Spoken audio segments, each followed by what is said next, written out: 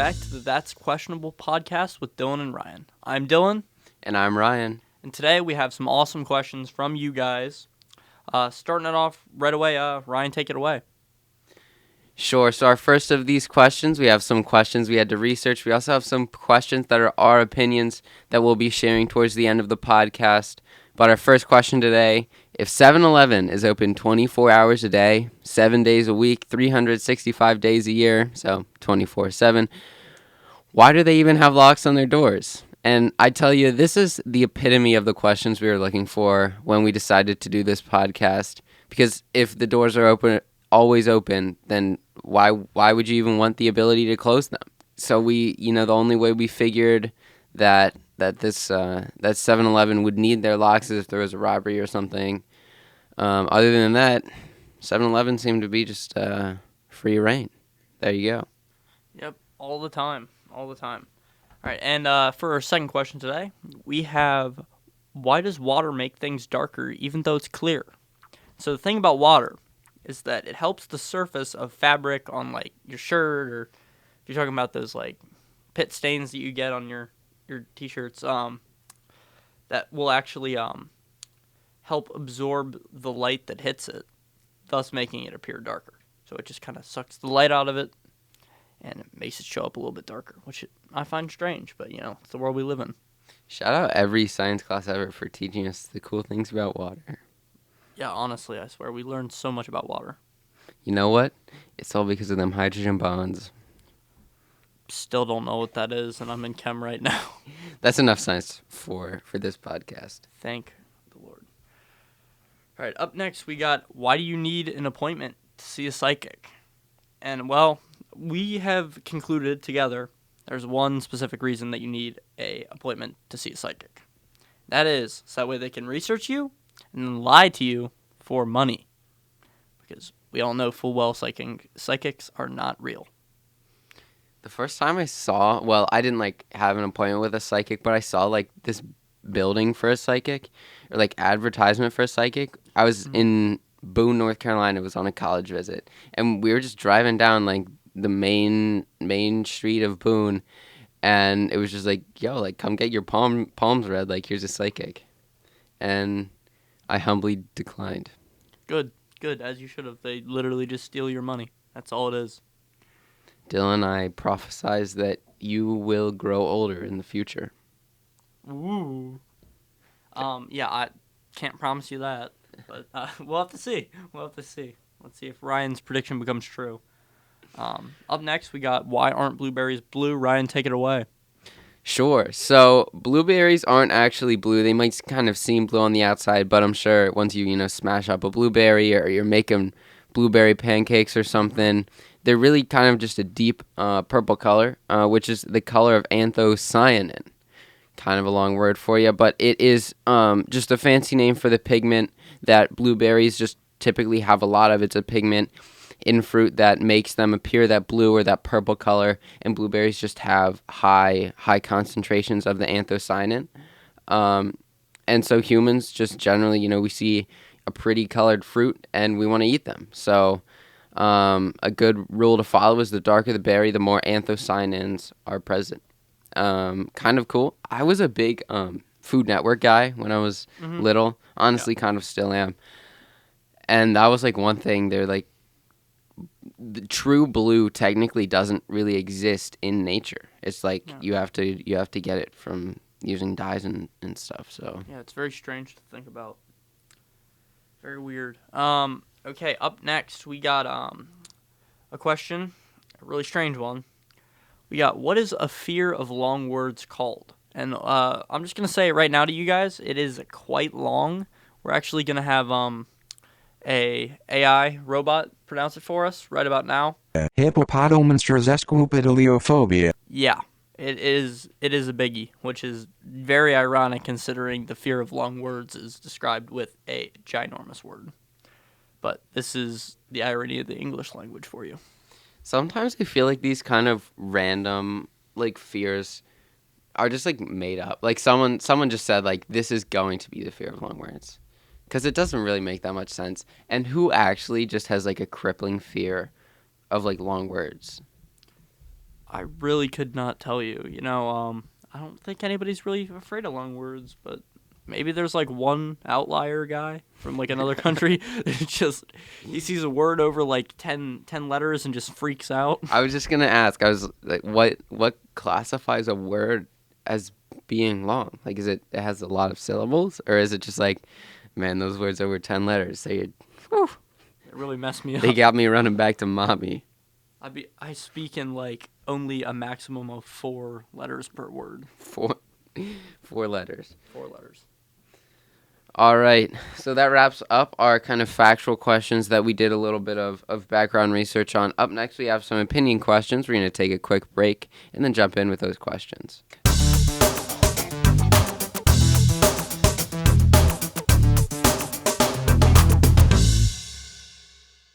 All right, so we're back from that short little break. Now we have some opinion questions, which might be my favorite questions to answer. Mm-hmm. We previously did some kind of hot take questions.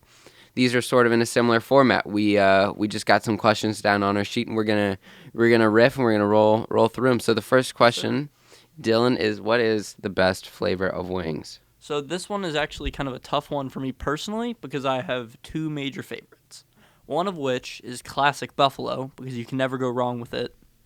And then the second is honey barbecue wings. Actually really good. I've had them at Buffalo Wild Wings a couple times because it's near the skate park. So me and my friends, we used to skate over there afterwards. And they just always hit. They're really good. Like, just surprisingly good.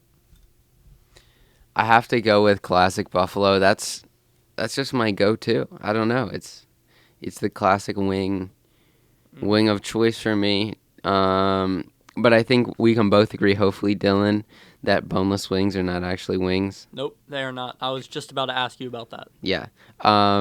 Yeah, boneless wings are just chicken tenders with sauce. They're quite literally chicken tenders with sauce. Get over it. Get over yourself. Dylan, are you a drum guy or a flats guy, though? Oh, that's a tough one. I don't know, whatever the actual, like, wing ones are, like, not the drumstick. I don't really know what they're called. The flats? I guess Yeah. That's what they're called, yeah. Those are way better, because they got that, like, meat in the middle, you know? I agree, yeah, I get down with flats, which sucks, because every time you go out to eat, and, like, I don't know, like, my family orders wings as an appetizer or something, we're just, like, we're fighting for the flats. Yeah, it really does stink. Why can't all wings be made equally? Because chickens have drumsticks. You can't just make a chicken without drumsticks, Dylan. Well, have you ever heard of genetic engineering? I feel like we could definitely get there. It'd be like cyborg chickens or something. Cyborg chickens. Running around. So our next question coming up here is, would you rather use only a spoon for all week or a fork for all week and not be able to cross over just in all the meals you eat, Dylan? Which would you rather roll with? You know what? I have I think that this is probably the consensus for most people, but I'm thinking spoon because you think about it, forks have holes. You can't be eating liquids or anything with a fork. And if you really do need to, like, stab something or cut something for some reason, you could totally just use the side of the spoon because the question does not dictate the spoon you having to just use the actual, like, spoon part on the top. Like, you could totally just use the side if you need to cut something for some reason. But yeah, I'm on team spoon here. I think I have to agree with that team spoon because if you cross over, like, a spoon can kind of do the job of a fork, like, decently, but a fork just can't do the job of a spoon, period. Like, if your mom whips up some chicken noodle soup or something for dinner, you can't eat it with a fork. Like, you just have to drink it or something at that point. You'll have to be slurping on that, which would probably not be the most fun. I would much rather just have a spoon. It's just easier. All right, Dylan, what's our next question coming up here? All right, our next question is, why is Ryan so handsome? Submitted from Instagram. Yeah, Instagram submitted this question, so we didn't get that much context around it, but we quickly decided that it does not... It's not me, Ryan, that they're referring to as handsome, which is kind of hurtful. They're actually referring to Mr. Ryan Webb, who does the YouTube show for HSD TV7 this semester. Mm-hmm. Go check that out. This was a question submitted by one of his friends. I thought it was just a random person trying to compliment me, make my day better. Unfortunately, it's Mr. Ryan Webb that's the handsome one and not me. Yeah, so it really stinks. Whoever sent in this question was not trying to be nice to my buddy Ryan here, but you know, I guess props to Ryan Webb for apparently being handsome, according to one of his friends. Nice guys always finish last. Apparently they do. All right, up next we got how was your weekend? How was your weekend, Ryan? Work, man. Work. I worked my first 8-hour day ever on Saturday. Wow. It got me tired. Yeah, I bet. Ah, man, 8-hour shifts. That sounds not like a whole ton of fun. I really like my job though, so I can't complain too much. Like it was definitely just kind of a long time, cause I went in the morning and then I left and it's like dark outside. So it was like, where did my entire day go? But yeah, I like my job, so can't complain too much. Where do you work? Inside Track, it's like a running shoe store, so it's just fun. I get to hang out with a bunch of other runners and just talk running all day, which is something I'm into. So Sounds fun. Me, on the other hand, my weekend consisted of pretty much for the most part, I went out to breakfast with my parents and my girlfriend. We hung out for a little while, and then this is where things get really exciting. I actually got to go to see the Sixers Warriors game live in Philadelphia.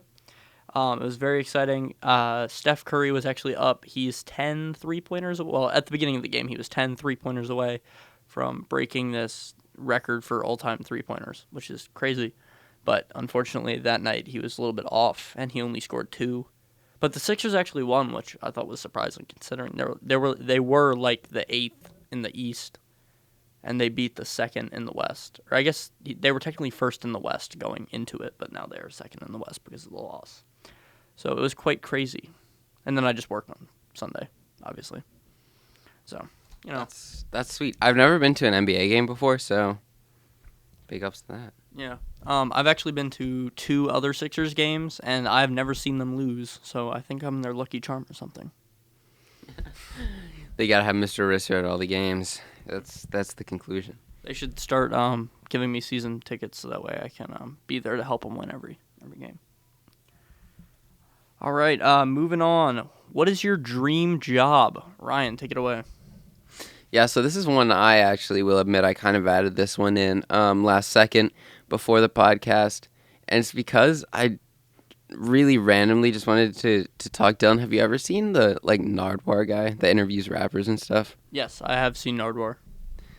That would be my dream job. I would have to say that I literally just love watching all the random videos of him interviewing people, and he just he'll just find some random fact about the rapper, and they don't know where it comes from. It's really, really funny. So go look up Nardwuar on YouTube if you want a good laugh in your day. Yeah, Nardwuar, he's hilarious. He's a really funny guy. I really don't know what my dream job would be at the moment. Still looking into, trying to figure out my life in the future right now. But yeah, dream job, I don't know. Maybe something like film editor for like a big studio. That would be pretty awesome. But other than that, right now, just I don't know yet. We'll have to see. All right, and then question up next, we got what superpower would you have if you could pick one superpower? And there is one really clear answer with this, and I believe that is flying. But we'll have to see what Ryan has to say here, because flying would be amazing. See, I'm between flying and super speed. I feel like flying, you could kind of just hover like an inch above the ground, and it would kind of seem like you had super speed. Mm-hmm. But just to say something different from Dylan, we've been agreeing too much this podcast. I'm going to say super speed. I really am. Not super strength? Nah, super speed. I don't know. Maybe I've watched too much Flash or something, but he can do so much more with his speed too. He can like create random like vortexes and stuff. Okay. Kind of cool. Would you though? This is a debate I've had just like in the middle of random runs with my teammates. Like, if you would have something like super speed or flight, would you use it just to become like the best athlete ever? Like, would you become like an Olympian or something? And just like it would be so easy for you because you had a superpower, or would you be honest about it? Would you like, no, man, like I can't do that. I can't boss everyone up with this superpower. Oh no, I would totally cheat. I would cheat in a second. if I had like the power of flight, like I could go snowboard for the Olympics and just do the craziest stuff because I can. Like obviously I would use it to win. Like gotta get them gold medals. I was gifted power. You got to use it for good and personal gain. That's. I guess you do have to kind of take into consideration how you got it if you were just born that way, but if you like were subject to a random lab experiment, I guess that's kind of different. But yeah, I guess that kind of speaks to your character a little bit, Dylan, that you would use that for gain. I honestly I can't disagree with you though. I mean it would just be sick to like go to the Olympics, win some medals, get rich, be the life. Yeah, it really would be. All right, our last question for today's episode. What is the best decade to live in? And a lot of people, you'll hear older folks, they'll say, now is the best decade to live in that there's ever been. You're the luckiest person up until this point in history. But I personally think that probably the best decade to live in would have to be like the 90s. Like if I'm talking like my dream year to be born would be like 1975, because then you grow up in the 80s, but like you're not quite a teenager, and then like in the early 90s you are a teenager, and then you become an adult as the 90s go on, so that you got the best pop culture of all time, all that type of stuff. Because I find myself going back to the 80s and 90s a lot for music and movies and stuff like that. So I feel like 1975, if you're going to be born, you want to be born right then. What if we did? I think that's sweet. Because they had like the perfect amount of technology then, because they still had like decently modern technology, but it wasn't like all consuming like it is today. So I think that's definitely a solid choice. What if I really just mix it up and hit them with like the Roaring '20s or something? I mean, the Roaring Like '20s, it was good for a little bit. Economic high, yeah, exactly. And then you just have like the time before and after is just horrible. So it's like, do you want to be like born right before World War One and then live through World War One, and then you have like that high, that like peak of the Roaring '20s, and then you just have Great Depression followed by World War Two, Yeah. and then you would just Vietnam. you would end your life off with Vietnam. Like that's just 3 wars in like one lifetime. That's a little much. Yeah, it seems like way too much to have to deal with, unfortunately. Yeah, so for that I think I would have to agree. Be like an '80s kid or a '90s kid. I think that's sort of like peak. Plus, you could live through to the next millennium. I guess would be like no one alive right now is obviously going to be alive during 3000 unless they just make you not robot. Yeah. So yeah, that'd be kind of cool to be like 1900s and 2000s. I don't know. Ryan, do you think you'll be getting your body frozen when you die, so that way they can preserve your brain? I don't think so. I'm not really into the whole Steve Rogers stuff, but I have seen like famous people and stuff are paying this. I don't know. It's like this random lady or something who just thinks that she can do it, or someone in the future can do it, so she's gonna freeze herself, and then people are paying her like $200,000 to just be like, like freeze me when I die. That's crazy. Yeah. How will they even know? They won't. So it could just be like 200,000 down the drain. I guess they wouldn't know because they're dead. And if they did know, then they would just be kind of, I don't know. Would that be considered like being reborn or something? I don't even know. I have no clue. But the day that happens, I don't even know how I would react. That possibility kind of scares me a little bit. Yeah, I don't know. I feel like, I would say that we're so far away from that, but I don't even know. Like, I honestly, it could be like 5 years from now, and they're like, yo, you could get frozen and then just have a complete another life. Yeah, it's absolutely ridiculous. I know what studies are saying now, like, it's actually not that crazy to think about, like, our generation living to 150 because of modern technology. And I don't know, that seems kind of impractical for your time on Earth because, I mean, you see someone that's like 90 and they're already falling apart. Yeah, it's like kind of a quality of life thing. Like, physically, could science make you last that long? Like, is it worth it, though? Because, like, if you're just bedridden for the last 30 years of your life, is it really that worth it? I mean, like, you'll be conscious, but, how there will you be? There's got to be a part where it's just like, man, I'm just ready for it.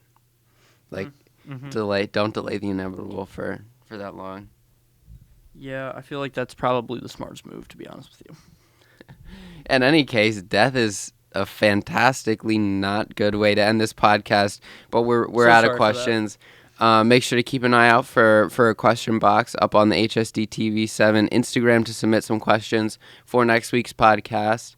And with that, I think we're finished. I think we are. I think that's it. Peace. Peace.